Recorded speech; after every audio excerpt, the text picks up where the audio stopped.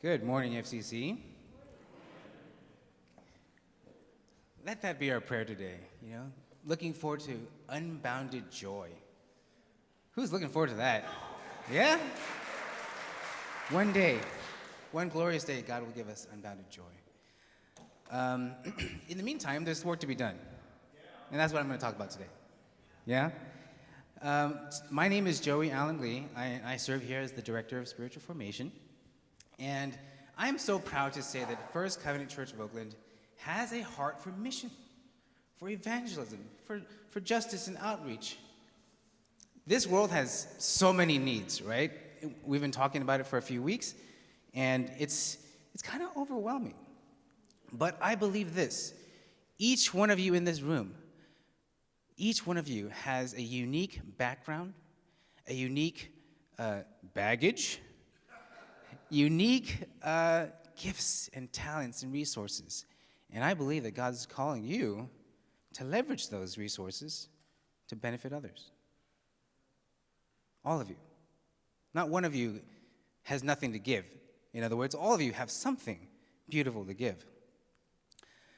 So today I'd like to share with you about everyday necessities. Last week, Pastor Marco talked about everyday welcome. Today, everyday necessities. Now, if we're talking about Abraham Maslow's hierarchy of needs, I am talking about the lowest rung of the pyramid. This is the physiological need, the super basic stuff that you cannot live without. The bare necessities of life are air. If you don't have clean air, you can't live. Water, food, shelter, sleep, clothing, and Abraham does reproduction. These are the most essential because let's say if you're extremely hungry, can you do anything else? Can you think about anything else? If you can't breathe, can you think about anything else? No, right? These are the ultra basic stuff that you need to live. And as a community, FCC can focus on a few of these things. Everyday necessities, if you go back to the lobby back there, you'll see that we have a table on everyday missions, and there's cards you can learn about everyday necessities. And how many of you noticed what we had outside when you came in? What was there? Was there food? Oh yeah, that was good. There's 3 tents, 3 tables that have information about how to meet everyday necessities. Will you join me today in learning a little bit more about meeting everyday necessities? All right, I got somewhat of an agreement, so I'll take it. As some of you may know, I am the son of Vietnamese immigrants and refugees. Yes, that's the rejection I wanted. Oh. Look at a beautiful, nice, happy family, right? Surprisingly, our family didn't have it always easy. My mom and dad experienced a lot of hardship. And as I share this, I'm pretty sure that many of you have family members, have histories that went through hardship as well. My mother tells me stories that when she was growing up as a child, she was hungry every day, all day. Most of the time, she would just eat one small bowl of rice. It was a special, special day when you could douse it with a little soy sauce. My dad, when the war was lost, my dad came over to the United States with just a couple dollars in his pocket. He had no home, homeless. But there was a church in Fresno, California, a German Lutheran church who sponsored my father to come over. Did the paperwork, gave him a home to live in, helped him find a job picking grapes and strawberries in Fresno. They used their privilege to help a foreigner, a refugee, a stranger. And here I am today, preaching to a historic Swedish Christian church, talking to you about the same thing, about leveraging our privileges to help others in need. Isn't that a beautiful circle? The gospel of Jesus Christ not only meets our spiritual needs, but it also meets our material needs. That's the truth. Okay, let's take a brief but hard look at the data. According to a recent report from the U.S. Department of Agriculture, 14 million, or 11.2%, of Californian households are food insecure. Food insecurity means that this household has limited or uncertain access to adequate food. That's crazy, 11%. Like 1 out of 10 people don't know where their food's coming from, or it's not the food that they have is not very good for them. Now let's talk about water. According to water.org, today there's 771 million people, 1 in 10, lack access to safe water. 1.7 billion people lack access to a toilet. I mean, we're talking about clean drinking water, but we're also talking about water to clean your hands. If you can't clean your hands, then disease, happens. This is no good. And last one, let's talk about shelter. According to the National Alliance to End Homelessness, there are 8,137 people homeless on a given night in 2020 in Oakland, Berkeley, or Alameda County. That was 3 years ago. Things got harder in the past few years, right? I know, the data is overwhelming. It was hard for my mind to wrap around it. But today, my hope for you is not that you understand the data. My hope is that your heart is moved even a little bit. Moved to compassion, but also moved to action. I'm going to give you a few reasons why God calls us to serve the poor. Let me share with you the perspective of a man. His name is Dwight, and I read it in a book. This man was formerly homeless. This is what he says. When you pass a homeless person on the street and you say, "Hey, there's a bum," he may not be. He may be just like you. Homelessness doesn't happen all at once. A child becomes sick and you can't pay the bills. A spouse dies and you go into despair. A divorce tears a family apart. A flood takes your house. There are many roads to becoming homeless. It's a myth to think people choose to be without a place to call home. Homelessness becomes a state of mind where the only thing you have is despair. It's important to recognize others can help, the government, friends, the church. But first they have to believe the homeless person is a human being, a person worth working with. The myth is that the homeless person is something less than us. That's one story of one man who's gone through it. Ladies and gentlemen, maybe that's the first uncomfortable step we have to take. We have to believe that this homeless person is a human being, just like us, needy, just like us. I'm going to look at the Old Testament, and then I'm going to look at the New Testament, right? You've got to be comprehensive here. In the Old Testament, I could pick hundreds of passages, right? But I'm just going to choose one, the Jubilee legislation in Leviticus 25. The year of Jubilee was God's way of making sure that nobody in the community became too poor for too long. Somehow they would be restored, always, back to their ancestral lands. Now, I'm going to show you a few verses here, and I want you to pay attention to the language, right? In verse 25 of chapter 25, if any one of your kin falls into difficulty, then you got to take care of them. Verse 39, if any of you who are dependent, if any who are dependent on you become so impoverished that they sell themselves to you, then you got to take care of them. I'm sorry, I just missed another one.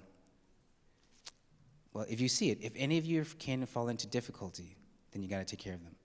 I have four verses here. All of them say, if any of you fall into difficulty, then you've got to take care of them. First thing to note, no one is blaming the victims for their poverty. I mean, that's a common thing, a common reaction today, right? Oh, well, you're poor because you're lazy or because you're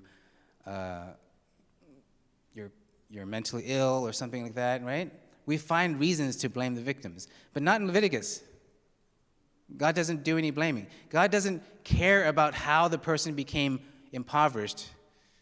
The only thing God cares about is that the God's people does something about it. Not even the oppressors are blamed. Like, even if there was injustice happening, God doesn't care whether it happened unjustly or coincidentally. God still wants them to do something about it. Second thing you want to notice here is God requires his people to take action, even if they're not the problem, even if they're not the responsible for the problem. Right? Like, if you can't consider yourself God's people, you're responsible. Even if you didn't make the people poor. God holds us responsible for those who fall through the cracks of our society. That's the Old Testament ethic. Hard, right? But you got to do it. All right, that's the Old Testament. Let me jump to the New Testament. God not only commands us to take care of the poor, God becomes poor himself. Have you ever realized that?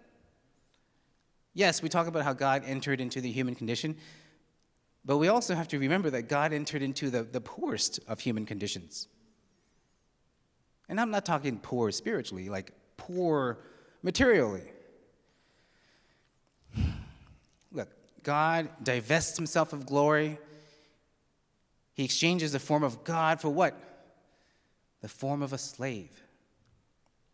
He identifies himself with the most marginal, politically powerless, and socially disadvantaged people of the time. He was born among an oppressed people. He was born to parents who couldn't even find shelter. Where was Jesus born? In a stable, because he was homeless. And to escape the threat of death, his family had to flee to Egypt. What does that make his family? Refugees, aliens in a foreign land. He was raised in a household with a carpenter, lower working class. Galilee, he ministered in the middle of nowhere.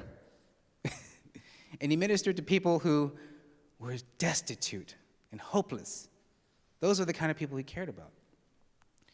Jesus picked up the cause of the law, the prophets. What did he do? He said that he's here to preach the good news to the rich, preach the good news to the poor, proclaim release to the captives, recovery of sight to the blind, liberty for the oppressed, and proclaiming the acceptable year of the Lord. That's Jesus' mission.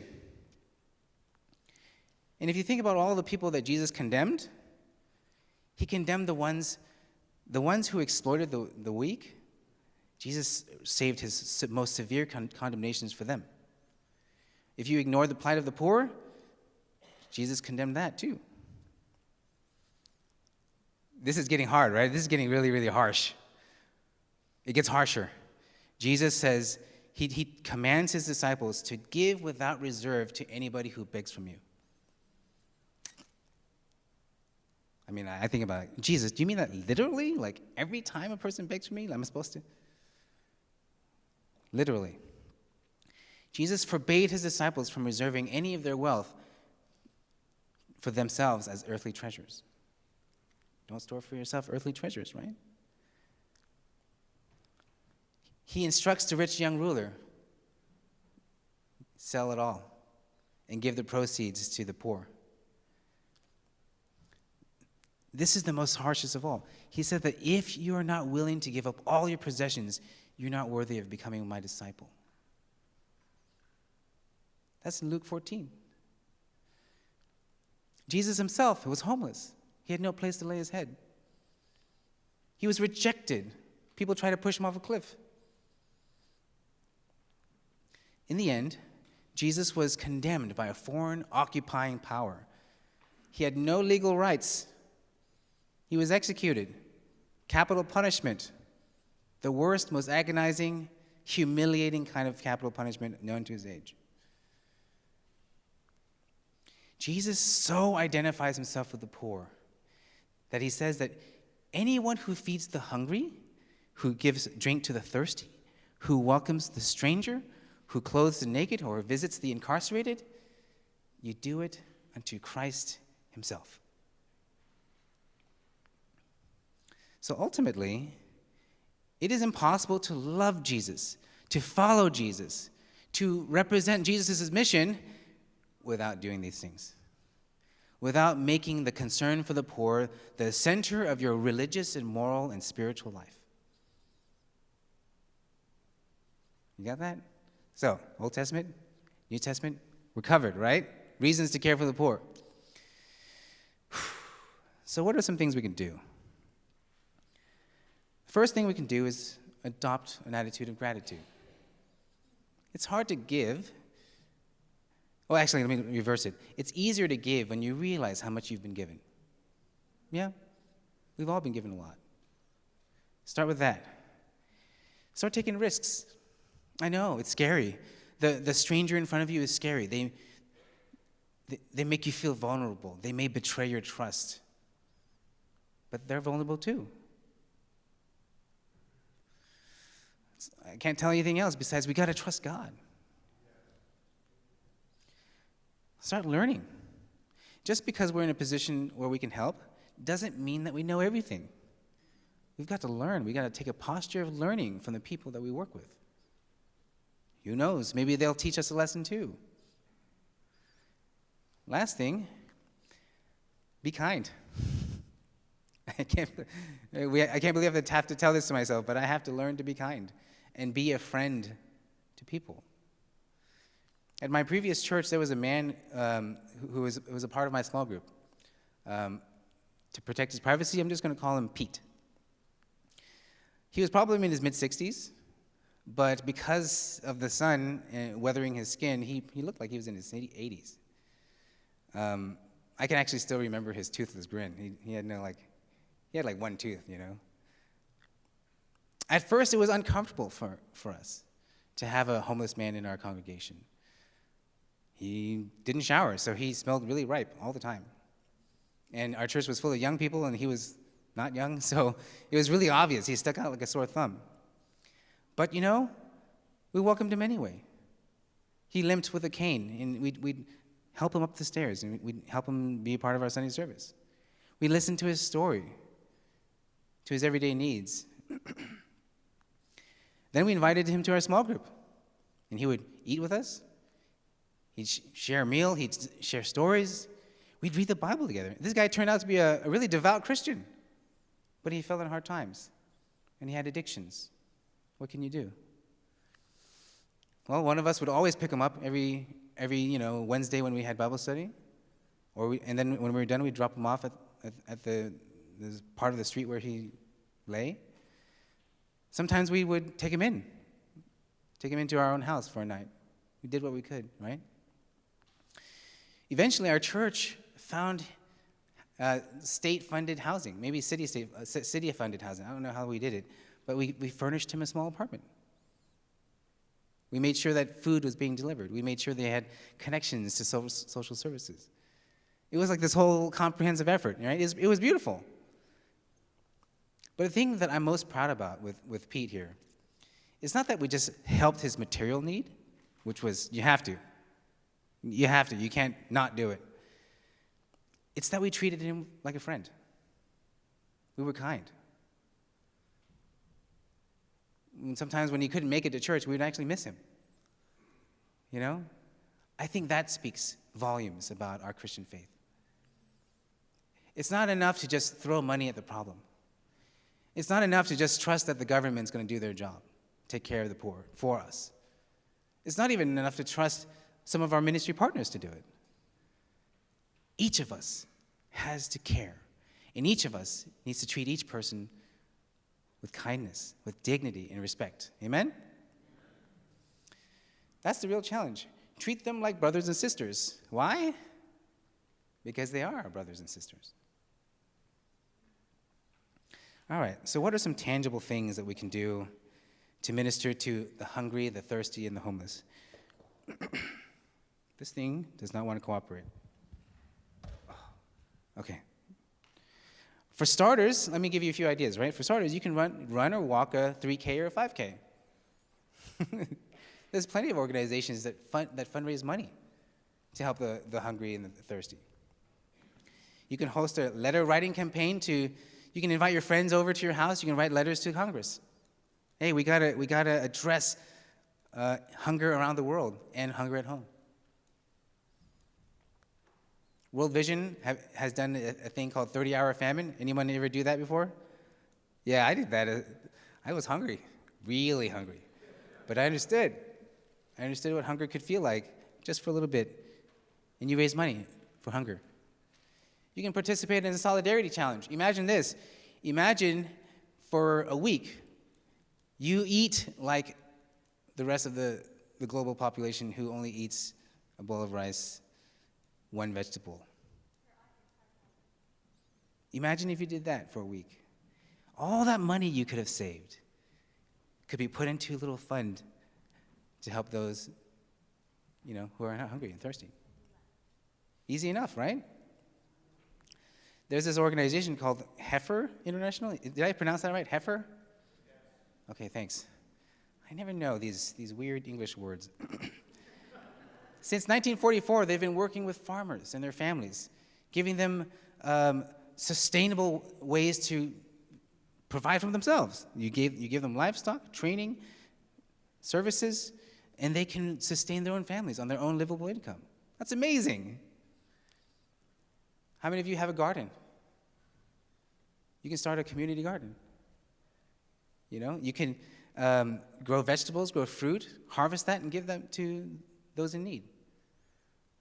I'm most interested in this, a gleaning ministry. If you have fruit trees, vegetables in your own household, you could walk around your neighborhood and you can ask, hey, would you be willing to share some of your produce and donate to the poor in your city? That's so exciting. Anybody could do that. Anybody with a green thumb. I don't have one. Maybe I should rethink that. These are just some creative ways to address hunger. What about for clean water? You already heard it, but I'll say it again. For the past 10 years, the Evangelical Covenant, our denomination, has worked with World Vision with the Global 6K Walker Run for Water. Right? We provide water sources for, what is this, the Democratic Republic of Congo. And if you ask, why 6K? Does anybody know why it's 6K and not like another number? That's it. The 6 kilometers is the average distance a person has to walk in the developing world to get that water. In American terms, it's 3.7 miles. You're welcome. So if we walk that same distance, then we make it personal. We walk it for them so that they don't have to walk and get water for themselves. You can join the FCC team. Bethany is right here. She's wearing the orange cap. You can talk to Bethany after church to learn about how to fundraise water for the Global 6K water. It's doable. The need is great, but it is doable. We can do something about it. Okay, what about housing? Let me tell you about 2 of FCC's ministry partners. We have City Team, a Christian nonprofit that serves our neighbors experiencing homelessness, poverty, hunger, and addiction. They have locations in Oakland, San Francisco, and where I live, San Jose. That's amazing. They organize grocery distribution. They provide shelter beds, warm showers, clean clothes. Those are the immediate needs, right? But they also care for the long-term needs, like residential programs and educational opportunities and job training. That's amazing. City Team does that, and you can volunteer. You can serve meals. You can mentor adults with City Team. And we have a table back there. We have Zach. His name is Zach. He'll be there to tell you his story. He'll be there to tell you how you can volunteer. Secondly, you have Grateful Gatherings. Grateful Gatherings is also a nonprofit that donates furniture to people who are transitioning out of homelessness. They got a new place, but they don't have any furniture. So Grateful Gatherings finds furniture to donate to these new families. People who are in poverty, people who are overcoming crises. Ladies and gentlemen, you can volunteer. You can donate your own furniture, or you can volunteer to help carry stuff, heavy stuff or light stuff. It's up to you. Again, after service, we have a table for you to talk to Donna about it. Yeah? So you see, the need is overwhelming, but we can do something about it. If there's a will, there's a way. That's not in the Bible, but it might as well be. If there's a will, there's a way. Of course, our first response to all of this is prayer. Amen? But as one of the Desert Fathers says, if our actions do not exceed our prayers, then our prayers are just mere words. Let's just say it again. If our actions do not exceed our prayers, then our prayers are just mere words. My prayer, Lord, is that we don't act like that rich man who ignored the poor man at his gate. Poor Lazarus was laying at the rich man's gate, covered in sores, starving, and yet the rich man never attempted to talk to the person, to reach out to him, to help him. Let us not live our whole lives like a great chasm is between us and the poor. May we have empathy. So let's take a moment. Is the Lord stirring something in your heart? If you feel a gentle tug, I urge you, church, to listen to it, to listen to the still, small voice of the Holy Spirit. You don't have to commit to anything now. I mean, we got 3 more weeks of everyday missions, right? So you just hold off. Listen to all the ways you could give. But let the Spirit soften your heart today to move you to empathy and compassion. I'm going to invite you to listen to the words of a saint, a modern saint named Mother Maria of Paris. And as I read her thoughts here, I also invite the worship team to come back up. This is what Mother Maria of Paris says. The bodies of our fellow human beings must be treated with more care than our own. Christian love teaches us to give our brethren not only spiritual gifts, but material gifts as well. Even our last shirt, our last piece of bread must be given to them. Personal almsgiving and the most wide-ranging social services, social work, are both equally justifiable and necessary. The way to God lies through the love of other people, and there is no other way. At the last judgment, I shall not be asked if I was successful in my ascetic exercises, or how many prostrations I made in the course of my prayers. I shall be asked, did I feed the hungry, clothe the naked, visit the sick, and the prisoners? This is all I shall be asked. Amen.